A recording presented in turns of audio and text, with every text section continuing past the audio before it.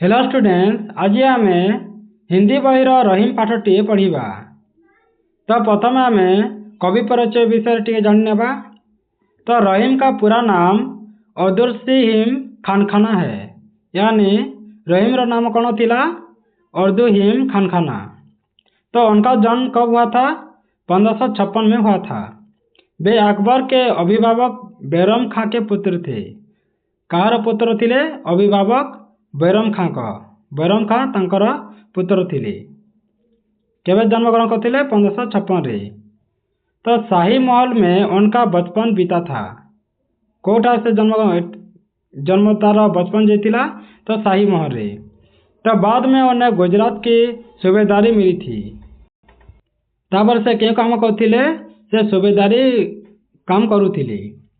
तो रहीम अरबी, फारसी, तुर्की, संस्कृत और हिंदी के अच्छे जानकार थे। से कौन करथिले? रहीम बहुत गुड़िए भाषा जानी है, जमीती अरबी भाषा, फारसी, तुर्की, संस्कृत, हिंदी ये सब जानते। तब वे हिंदू संस्कृति और भक्ति भावना से प्रभावित भी थे। से हिंदू संस्कृति को पालन करुथिले और भक्ति भावना को मध्य से पसंद करथिले। उन्होंने दरबार का शाही ठाट देखा था। वे बड़े पद पर काम करते थे, लेकिन उनमें गर्व का नाम न था। से बहुत बड़ पदवी थिले, हेले से गर्व करू नथिले जे से गोटे बड़ पदरे अछंती। आम जनता के जीवन को देखा था। तो से गोटे जमिति गोटे लोकंकर एमिति जीवन थाए जेमिति सेमिति ही थांती। रहीम एक सहृदय व्यक्ति, स्वाभिमानी व्यक्ति, वीर और दानी व्यक्ति भी थिले। साधारण मानव के प्रति उनके मन में बड़ा प्रेम था। तो से साधारण लोगों को से बहुत भल पाउथिले। उनके दोहे में अनुभूति की गहराई मिलती थी। से बहुत दोहे लिखिथिले जाको से पसंद करथिले।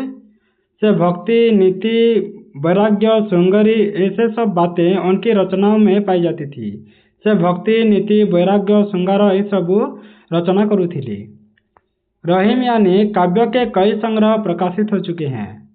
रहीम पाठ बहुत गुड़िए काव्य को नहीं से संग्रह करुथिले और से प्रकाशित मध्य करुथिले बा रचना करुथिले। इनमें रहीम रत्नावली, रहीम विलास प्राणिक है। तो से कौन कौन लिखिथिले? रहीम रत्नावली लिखिथिले, रहीम विलास लिखिथिले, ये सब एमिति लिखुथिले ग्रंथ गुड़ाक। तो एबे आमे जानिबा पाठ विषय रे। तो दोहे में क्या लिखा है?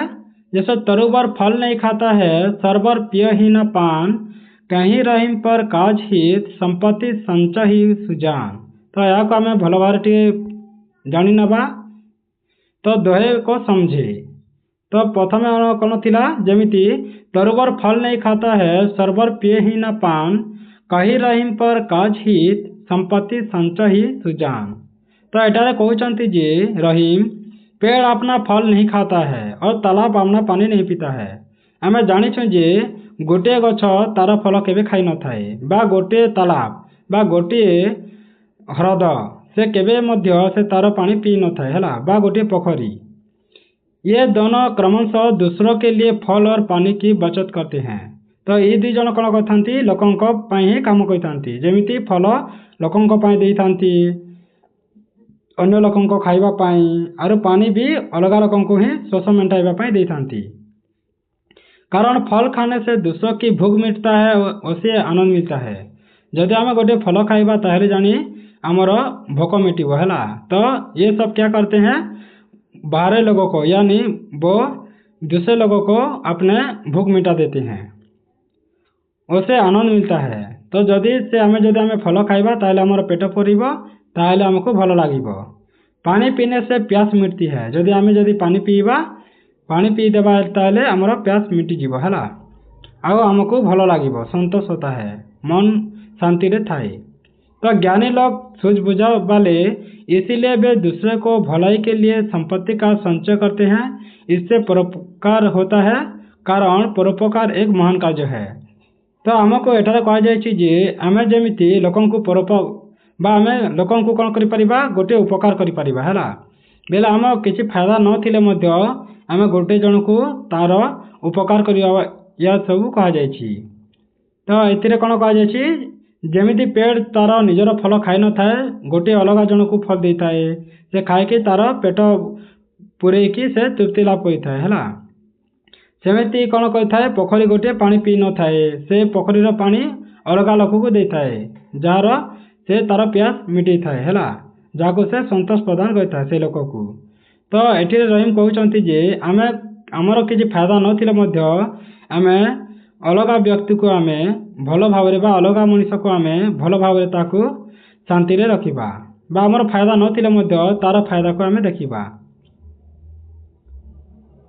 तो कवि रहीम का कहना है कि एटा मुझे दे रहीमन देखे बड़ेन को लघु न दीजिए डारी जहाँ काम आवे सुई कहाँ करे तलवारी। तो यहाँ पर क्या है, रहीमन देखी बड़ेन को लघु न दीजिए डारी जहाँ काम आवे सुई कहाँ करे तलवारी। तो यह आम बुझी नवा। तो कवि रहीम एठारे कहवाक चाहते जे अगर बड़े लोग आपके मित्र हैं तो छोटे लोगों को छड़ मत दीजिए। जदि आम जदि बड़ लोक मित्र बनाऊँ ताले तो भल कथा। एटा माने एटा नुहे जे आम बड़ लोक को जदि मित्र बनाऊँ बा महाजन मानक ताले आम गरीब लोक को पासरी जीवा। तो ये कहते जे बड़ लोक मित्र बनाओ हेले छोट लोग को पासरी जेमिति न जाओ। कारण समाज में दोनों का अलग अलग महत्व होता है। कहीं ना समाज रे सब कर लोक थाए है समस्त काम थाए जेमिति गोटे बड़ महाजन का अलग काम थाए और गोटे गरीब लोकंकर अलग काम थाए। क्यों जैसे इसलिए उन्होंने एक उदाहरण देकर समझाया। तो एठारे रहीम गोटिए कवि रहीम उदाहरण देकर बुझाउछंती जे छोटी सुई की जरूरत होती है। जैसे जहाँ छोटी सी की जरूरत होती है वहाँ आपके पास तलवार है तो क्या उससे कम होगा? नहीं, इसीलिए दोनों का आदर करना चाहिए। तो ये कहते जे जमीती गोटे सुई जितेबाला आमको सुई जदि बा गोटे सुई जितेबाला दरकार पड़ता है ताले आमको कौन तलवार रे काम देव कि नहीं। तो तलवार जितेबाला काम देव तलवार लगे और जितेबाला सुई दरकार लगे से सुई दरकार लगे। तो आमको यहाँ कहते जे से आमको दोनों को आदर करने कहते है आम छोट लोक को भी मानवा कथा और बड़ लोक को भी मानवा कथा। कहीं जोटा छोट लोक करें से बड़ लोक करें ना और जोटा बड़ लोक करें से छोट लोक करें ना। तो आमको दुई लोक को लेकिन ही आग को बढ़ा पड़ो।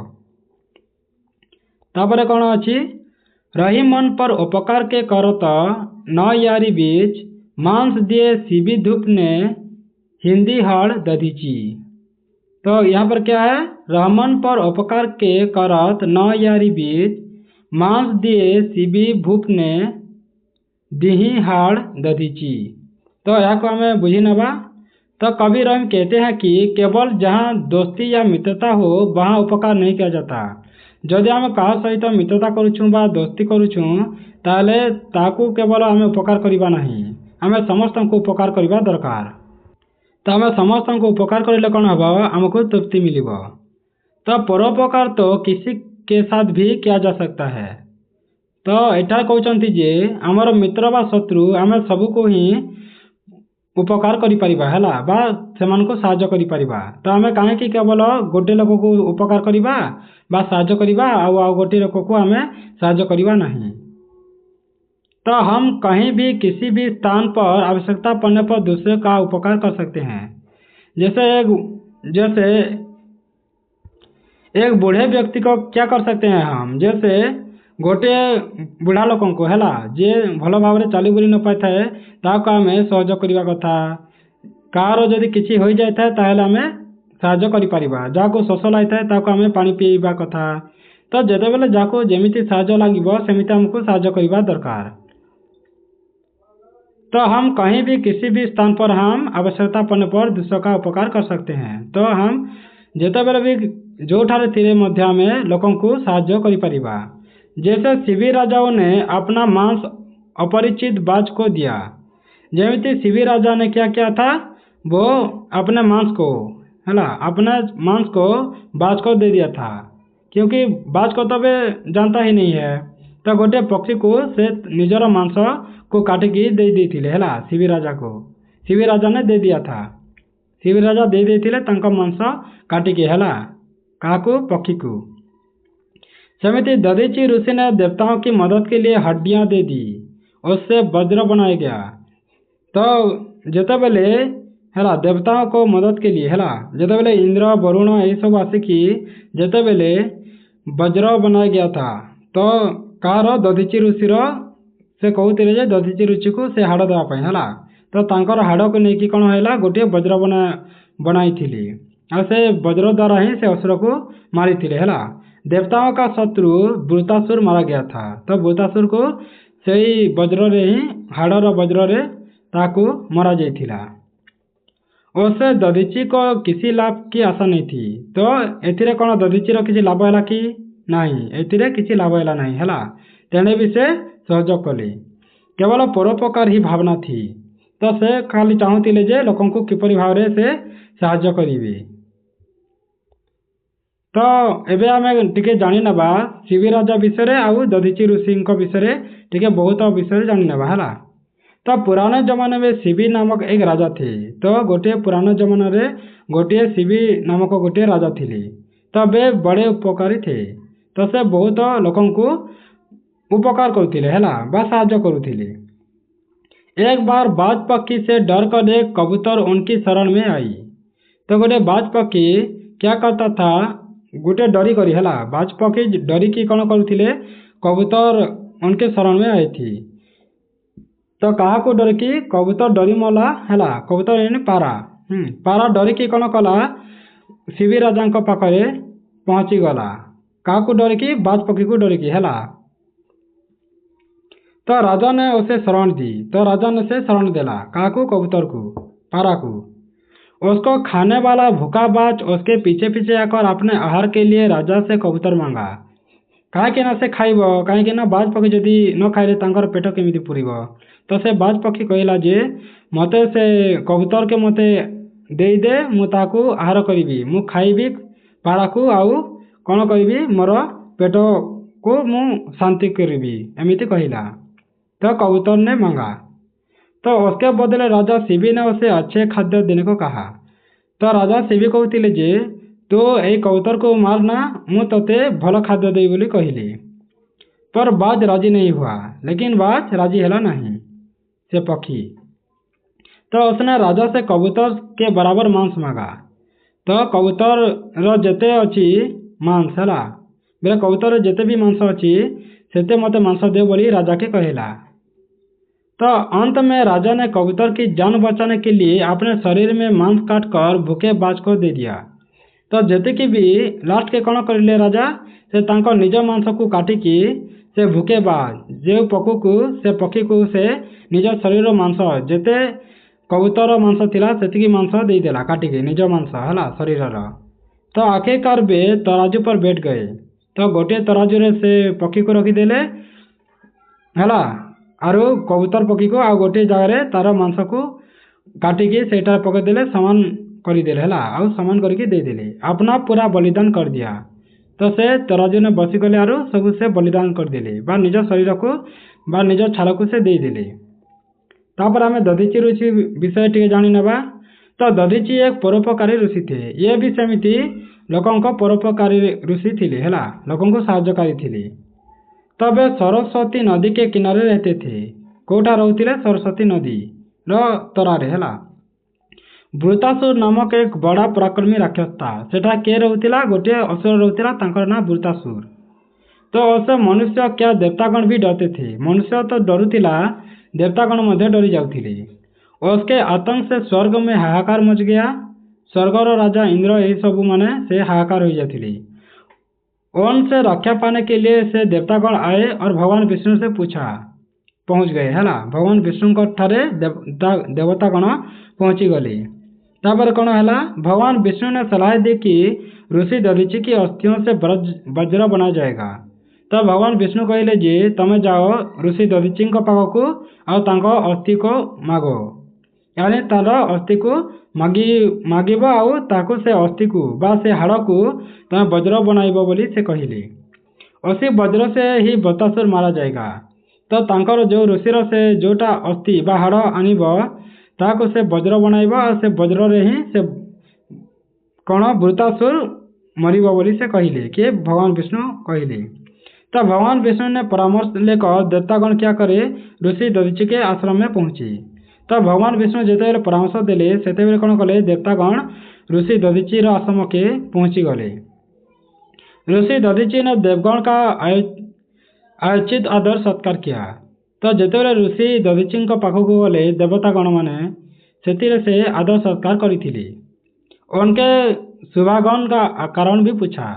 तुम्हें कहीं क्या आसिल देवतागण बोली से पचारि दधीची ऋषि। तो उनसे सारी बातें सुनकर ऋषि दधीची ध्यान मुद्रा में बैठ गए। तो सबू कथा सुनिला परे से कौन कले ध्यान मुद्रा रे बसीगले। उनकी आत्मा परमात्मा में विलीन हो गई। तो जितेबाला ध्यान देले सेतेबेले तांको आत्मा जाइकी परमात्मा रे मिसीगला। उनकी अस्थियों से वज्र बनाया गया। तो तांकर अस्थि बा तांकर पंजरा को से वज्र बनाइली। तो उस वज्र से भूतासुर मारा गया। तो सही वज्र को ही से भूतासुर को मारी देले कि इंद्र। तो परोपकारी ऋषि दधीची ने देवताओं की भलाई के लिए अपनी हड्डियां दे दी थी। तो गोटे परोपकारी बा लोकों को साहाय्य करिया पाई बा देवतागण को साहाय्य करिया पाई ही भल काम करिया पाई ही तांकर हड्डियां बा तांकर हाड़ को से दान दे देले हैला। एटा थिला पाठ। तो जदि एमिति जदि भल लगी थाए वीडियोटी ताले तुम सांग मानक सहित जे तुम सहित पढ़ुचंती शेयर करदेव। आ जदि तुम जदि सब्सक्राइब मध्य करना हो ताले सब्सक्राइब मध्य करदेव। जहाँ द्वारा एमिति तुम नूआ नूआ वीडियो गुड़ाक पाई पारिबो। धन्यवाद।